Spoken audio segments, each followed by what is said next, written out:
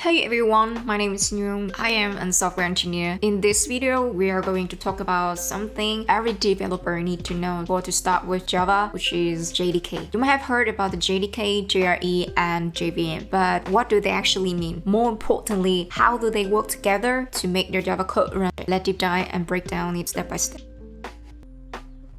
Now, what is JDK?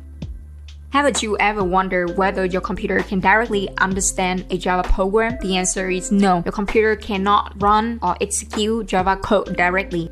Computer hardware only understands machine code, which is a just series of 0 and 1. It cannot directly read high-level programming languages like Java. To make that possible, we need JDK, Java Development Kit. First, let's go through how a Java program is actually executed by your computer.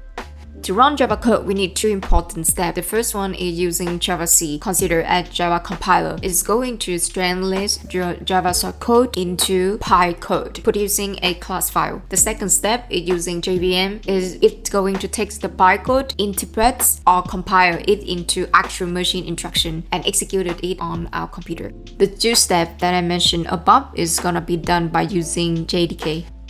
The JDK has two main components. First, we have the development tools. This includes things like JavaC, the compiler that converts Java file into class file. And the next is Java, is the launcher that starts the JVM and JavaDoc and Java tools for documentation and packaging. These are tools developers use to compile and build the application. Second, the JDK also includes JRE, considered as Java Runtime Environment. This consists of the JVM, which actually executes our PyCode, and the core Java library, which your code depends on. Now that we understand the JDK includes the development tools and JRE, let's move on to the most important piece inside JRE is JVM, Java Virtual Machine.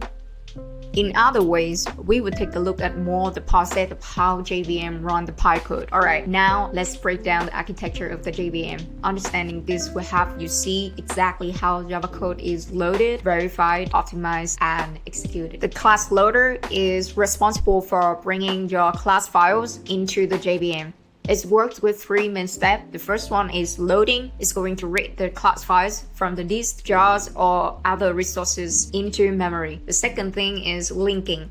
Prepare for the class for use by verification to ensure that PyCode is safe and follow Java rules. Preparation, allocate memory for static variables and set default values. Resolution, convert symbolic references into actual memory references. And final step is initialization. In class loader, it's going to execute static initializers and static blocks, so the class is ready for use. By the end of this process, the class is fully loaded, verified, and initialized inside the JVM.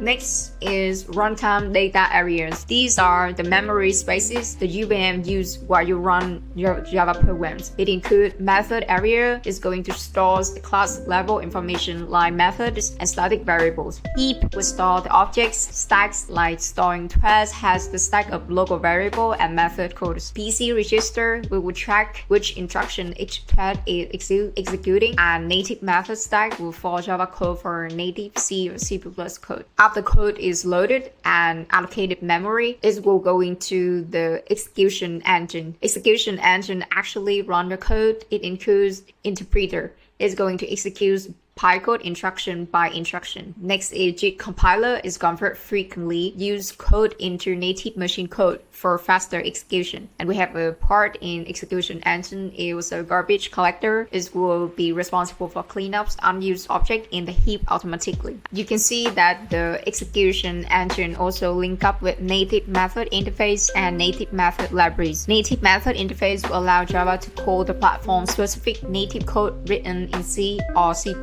And native method libraries gonna be these are platform specific libraries like DLL as on Windows or .so file in Linux used by native methods. So today we covered the essential. The JDK gives us the tools to develop and execute the code. If you found this video helpful, drop a like and leave a comment with your questions or your thoughts about Java. I'd love to hear that from you. And don't forget to subscribe and hit the bell button and you won't miss the next video. Bye!